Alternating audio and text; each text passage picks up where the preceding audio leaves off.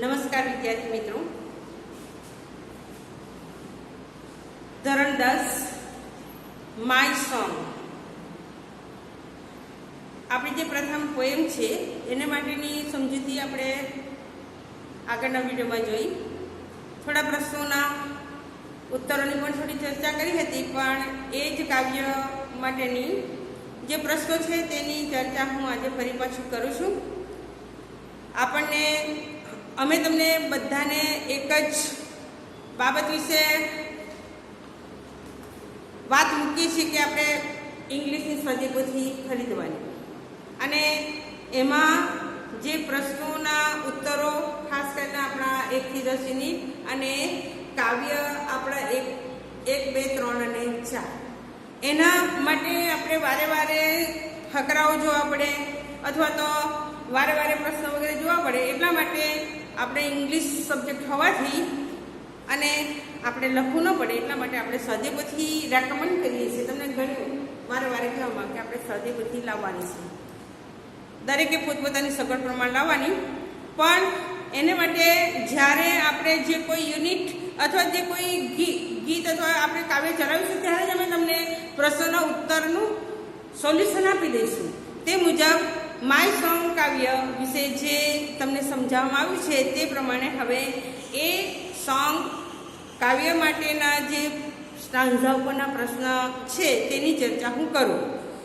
આ my song કાવ્ય માટેના જે પ્રશ્નો છે તે આપણે આ સ્વાધ્યાય પાનો નંબર 101 ઉપર રહેશે. આની ચર્ચા થાય ત્યારે તમારે આ પાનું ખોલવું અને એક પછી એક સ્ટાન્ઝા હું બોલતી જાઉં છું, પ્રશ્નો પણ બોલતી જાઉં, કઈ રીતે એનો ઉત્તર લખવા એ પણ બોલતી જાઉં છું. પ્રશ્નો આ સ્વાધ્યાયપોથીમાં જ્યાં જગ્યા આપી છે ત્યાં નથી લખવાના, નોટબુક આપણે બનાવવાની જ છે, જેથી કરીને કોઈ ભૂલ થાય અથવા તો ફરી પાછી આપણે વાંચીને આપણી રીતે તૈયારી કરવી હોય તો આપણે આપણી ટેસ્ટ પોતાની જાતે પણ લઈ શકીએ. જ્યાં સુધી આપણે જાતે કરવાનું છે ત્યાં સુધી ખાલી અહીં અમે તમને સોલ્યુશન આપીએ, સમજ આપીએ કે આવી રીતે એને આપણે જોવાનું છે. તો માય સોંગ એનો first stanza, the song of my will wind its music, ત્યાંથી શરૂ કરીને એની પંક્તિ છે when you are in the crowd it will fence you about with aloofness. અહીં સુધીના લગભગ 6 પ્રશ્નો છે. એ 6 પ્રશ્નો કઈ રીતે આન્સર આપવાના તે બતાવીએ. First question is what will the song do when the child is in the crowd. Vote will the song do when the child is in the crowd. હવે અહીં પ્રશ્નમાં આપણને કહ્યું છે કે બાળક શું કરશે જ્યારે એ ટોળામાં, sorry, what will the song do, ગીત આ બાળકને કઈ રીતે મદદ કરશે, કઈ રીતે સાચવશે જ્યારે બાળક કોઈ ટોળામાં ઘેરાયું હોય તો એને માટેનો આન્સર લખતી વખતે આ પ્રશ્નમાંથી જ અડધેથી આપણે શરૂ કરવાનું છે કે when the child is in the crowd, અને હવે વોટ વિલ એટલે હવે પછીનો જે આન્સર થવાનો છે તેમાં જે આપણે કરતા મૂકીશું તેની સાથે પણ આ જ ક્રિયાપદ લાગશે અને ક્રિયાપદનું મૂળ રૂપ લાગશે. The song will protect the child. આપણા ઉપરના ફકરામાં એ જવાબ છે જ. આપણે જે જવાબ શોધવાનો છે તે આપણને સ્ટાન્ઝા આપે તેમાંથી શોધવાનો છે. અને કહ્યું તે પ્રમાણે સેક્શન બીમાં પ્રશ્ન નંબર 16, 17 અને 18 3 માર્ક 4 કવિતા આપણે બોર્ડમાં તૈયાર કરવાની હોય. કોઈ પણ એક જ કવિતા તો પૂછાય, એવું કંઈ નથી કે 3 કવિતા જુદી જુદી પૂછાય, 3 સ્ટાન્ઝા નથી પૂછાતા. સ્ટાન્ઝા તો કોઈ એક કવિતાનો કોઈ એક રહેશે કે જેમાંથી તમને 3 પ્રશ્નો એમાંથી પૂછવામાં આવે. એટલે આખા વર્ષ દરમિયાન 4 કવિતા, તેમાંથી કોઈ પણ એક કવિતા તમને પૂછાય અને એમાંથી પણ જેમાંથી 3 પ્રશ્નનો જવાબ મળી શકે તેવો સ્ટાન્ઝા તમને આપવામાં આવે. અને આપણે શાળાકીય પરીક્ષા હોય ત્યારે પણ સિલેબસ હોય તે પ્રમાણે પહેલી હોય, બીજી હોય, ત્રીજી, ચોથી એમ વારંવાર આપણે મહાવરો પણ કરવાનો હોય. જાતે તૈયારી કરે ત્યારે પણ મહાવરો કરવાનો હોય. તો અહીં આ પહેલા પ્રશ્નનો ઉત્તર મેં કહ્યું vote will the song do when the child is in the crowd. એનો આન્સર એમાંથી અડધું લેવાનું, van the child is in the crowd, પછી જવાબ જોડવાનો the song will protect the child કે જે ઉપર ફકરામાં છે. Second question what will the song do when the child is alone. પહેલામાં હતો ક્રાઉડ, બીજામાં આવે છે અલોન. તો van the child is alone, ફરી પાછું ઉપર જુઓ તો ખબર પડશે. The song will sit by his side. Your side અંદર ફકરામાં યોર સાઇડ છે, પણ આપણે ઉત્તર આપીએ ત્યારે યોર સાઇડ એટલે તો આપણે જેને કહે તે થઈ જાય. એના લીધે જ્યારે આન્સર યુ આવે, આઈ આવે, યોર આવે, માય આવે, ત્યારે આપણે જે તે કરતા હોય થર્ડ પર્સન પ્રમાણે આપણે લખવાનું. તે પ્રમાણે અહીં થશે યોર છે તેનું his, sit by his side and whisper in, ફરી પાછું યોર આવ્યું તો યોર નહીં, તેની જગ્યાએ હિઝ ઇયર. આટલો આપણે ફેરફાર કરવો પડે. સીધું અંદરથી લખવો નહીં. એમ નહીં માની લો ખાલી આ તો ગાઈડલાઈન છે તમારા માટે, એવું નથી કે આ આન્સર છે એવું નહીં માનવું. અને એ પ્રમાણે જે જરૂરી ફેરફાર હોય તે તો કરવા જ પડે. આગળ the song will wind its music around the child like, અને ત્યાર પછી ડોટ. એનો મિનિંગ તમારે આ વાક્ય તો લખવાનું જ, પછી ઉપરના સ્તંભમાં જોઈને વાક્યને પૂર્ણ કરવાનું છે. એના માટે જવાબ લખો ત્યારે ફરીથી આ વિધાન પાછું લખવાનું જ, અને તમે જ્યારે પાછો તમારો જવાબ જોડો ત્યારે તેની નીચે અંડરલાઈન કરવી. તો અહીં ઉપર જોશો એટલે આનો સીધો જવાબ મળી જવાનો છે. The song will wind its music around the child like, અને પછી તમે જોશો અ કિસ ઓફ બ્લેસિંગ. ત્યાર પછી ચોથા નંબરનો પ્રશ્ન, van the child is alone the song will protect it. અને બાજુમાં લખ્યું છે ટ્રુ ઓર ફોલ્સ. વાક્ય સાચું છે કે ખોટું. તો ઉપર ફરી પાછું જુઓ કે when the child is alone the song will protect it. જુઓ છે લખેલું? ના, એવું નથી. તો તેની જગ્યાએ જાણો તમે જે જોશો ને the van the child is alone, અને જુઓ તમે અંદર જોશો એટલે તે તમને જુદું દેખાશે, તો જાણી જાઓ કે વાક્ય ખોટું છે. When the child is alone it will sit by his side છે, એને કંઈ પ્રોટેક્ટ કરવાનું નથી, એટલે આ સેન્ટેન્સ તમારું ખોટું. Question number 5, what is the antonym of the word curse? Curse એટલે શ્રાપ. તો અહીં આપણે આમાં આ સ્ટેન્ઝામાં આપેલું જ છે કે અહીં શ્રાપની જગ્યાએ ઉપરના એક એવો વર્ડ છે કે શ્રાપનો વિરોધી, જો ગુજરાતી કહે ને શ્રાપ એટલે સાપ નહીં પણ શ્રાપ. શ્રાપ એટલે કોઈક આપણને બદદુઆ આપે વગેરે.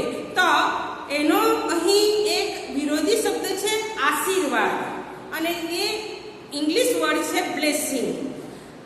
એટલે આનો જવાબ બ્લેસિંગ.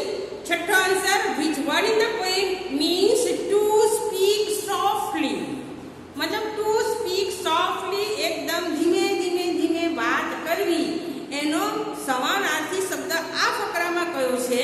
તો આગળ જ્યારે મેં કાવ્ય ચલાવો ત્યારે મેં કહ્યું છે કે when the child is alone it will sit by his side and whisper in his ear.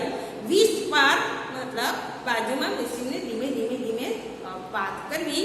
એનો અર્થ થાય સ્પીક સોફ્ટલી. એટલે જે શબ્દ આપ્યો છે તેનો મિનિંગ આપણે સ્ટન્ઝામાં છે વિસ્પર. હવે અહીંયા પહેલો સ્ટન્ઝા પૂરો થયો, જેમાંથી 6 પ્રશ્ન હતા. હવે આ જ કવિતાનો બીજો સ્ટન્ઝા કે જેમાંથી બીજા પ્રશ્નો છે તે આપણે જોઈએ. સેકન્ડ સ્ટન્ઝા અહીંથી શરૂ થાય. The song will be like a pair of wings, ત્યાંથી શરૂ કરીને and my voice is silent in death, my song will speak in your living heart. મતલબ આ કવિતા થોડી નાની છે, એટલે 2 ફકરામાં કોઈક મોટી કવિતા હોય તો 2-3 એવા એના પાઠ પડી જ જતા હોય, અને એ જે પાઠ તમને પૂછવામાં આવે તે પાઠમાં અંદરથી પ્રશ્નો મળતા હોય તે અંદર સવાલ સમાયેલા જ હોય છે. તો જ એ રીતેના નીચેના પ્રશ્નો પૂછાયેલા હોય છે. કદી પણ સ્ટન્ઝા આપ્યો હોય અને એનો આન્સર એની નીચે પૂછેલા પ્રશ્નના આન્સર આપણા જે ફકરા આપ્યા હોય તેમાં ન મળે એવું નહીં બને. મોસ્ટલી તો વિચારીને જ બધું કરવામાં આવે છે, એટલે આપણે પણ થોડું વિચારવાનું કે આવા સમાનાર્થી શબ્દ પૂછે કે પછી વિરોધાર્થી શબ્દ પૂછે કે પછી વાક્ય પૂર્ણ કરવાનું કે બીજે કોઈ પણ રીતે પૂછે તો થોડી સ્માર્ટનેસ પણ આપણે વાપરવાની, સર્વનામ બદલવાની પણ વાપરવાની. ત્યાર પછી ડુ, ડઝ, ડીડ વગેરે જો પ્રશ્નસૂચક શબ્દ પછી આવે તો આન્સર આપતી વખતે શું કરવાનું તે પણ આપણે જોવાનું. તો આ સેકન્ડ સ્ટેન્ઝા માટેની વાત કરું, એમાં પ્રશ્ન પહેલો, how will the song help the childs dream? How એટલે કેવી રીતે? તો આ ગીત બાળકના સપનાઓને કઈ રીતે મદદ કરશે? સપના જે બાળકના મનમાં હોય તો આ ગીત એમાં એને કઈ રીતે મદદ કરે તો અહીંયા ઉપર છે જ કે my song will be like a pair of wings to your dream. હવે આ લીટી સીધી આપણે લખવાની નથી, ફરી પાછું સર્વનામ બદલવાનું છે. The song will be like a pair of wings two childs dream. Your dream છે, યોર એટલે પેલા બાળક, અને બાળક એટલે આપણે હિઝ ડ્રીમ નહીં લખીએ, childs dream. Second question, what will happen when the child's parents are no more? No more means they are dead. તો એને માટે આપણે છેલ્લી પંક્તિ આ કાવ્યમાં છે કે when my voice is silent in death, this song will remain live in your living heart. તો એ આન્સર આપણે લખવાનો છે. પ્રશ્નમાંથી ફરી પાછા લઈશું. when the child's parents are no more, પછી આપણો આન્સર શરૂ કરવાનો. the song will speak in his living heart. in your living heart એવું છે ને, તો તેની જગ્યાએ his living heart. આ આપણે ફેરફાર કરવાનો અને આન્સર આપણે લખવાનો. Third question, when the dark night is over your road means, કાવ્ય સમજાવ્યું ત્યારે કહેલું છે કે તમે તમારી સમક્ષ એવી મૂંઝવણ ઉત્પન્ન થઈ જાય કે આગળ કેવી રીતે વધુ તેનું કોઈ સમજ જ ન પડે. તો એવી વખતે આ ગીત પેલા બાળકને એક પથદર્શક તારાની જેમ મદદ કરશે. ફેથફુલ સ્ટાર એ આપણી પંક્તિમાં જ છે કે એક ફેથફુલ તારો, વફાદાર તારાની જેમ તને માર્ગદર્શન આપશે. તો અહીંયા when dark night is over your road means when you are in trouble. આપણે આટલું જ જોવાનું છે. when the dark night is over your road means where you are in trouble. આપણે એના પછી કંઈ લખવાનું નથી, આપણે dark night overનો જ અર્થ આપવાનો છે. Question number 4. The song will sit in the pupils of the child's eyes and. હવે એ સીધું અહીંયા છે કે when the song of mine will, the song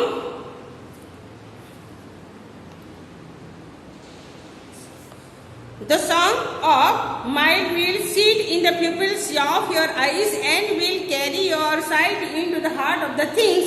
તો તે પ્રમાણે આપણે લખવાનું છે the song will sit in the pupils of the child's eyes and carry your ની જગ્યાએ his sight into the heart of the things.